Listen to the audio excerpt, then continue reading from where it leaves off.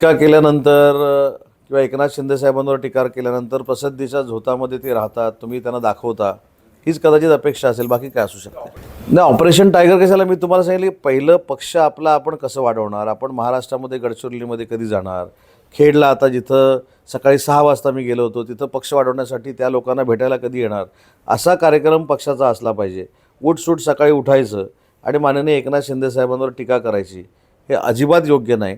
आणि त्याच्या पुढे जाऊन मी सांगतो की माननीय संजय राऊत ज्यावेळी आजारी होते त्यावेळी माननीय एकनाथ शिंदे साहेबांनी त्यांच्या बंधूंना फोन लावून त्यांच्या प्रकृतीची विचारपूस केली होती. आणि शिंदे साहेबांची वाक्य देखील आहेत, यूट्यूबवर देखील अशी आहेत की त्यांनी काळजी घ्यावी, राजकारण हे होत राहावं, त्यांनी ठणठणीत बरे व्हावं आणि घरी यावं, अशा पद्धतीच्या त्यांच्या शुभेच्छा होत्या. आणि कालची पत्रकार परिषद म्हणजे एखादी व्यक्ती आजारी असताना देखील त्याच्यावर टीका टिप्पणी करणं, मला असं वाटतं की राजकारण काय थराला चाललेलं आहे हे याचं मूर्तिमंत उदाहरण आहे. तर कोणाला द्यायचं जशास तसं उत्तर? जे टीका करतात सतत उठसूट सकाळ नाही, संध्याकाळ राहिलंय काय तिकडे? जशास तसं उत्तर द्यायला राहिलंय काय? आमच्याकडे 6 खासदार ज्यावेळी आले त्यावेळी त्यांनी सांगितलं होतं की एकाला तरी तुडवणार, मतदारसंघात फिरायला देणार नाही.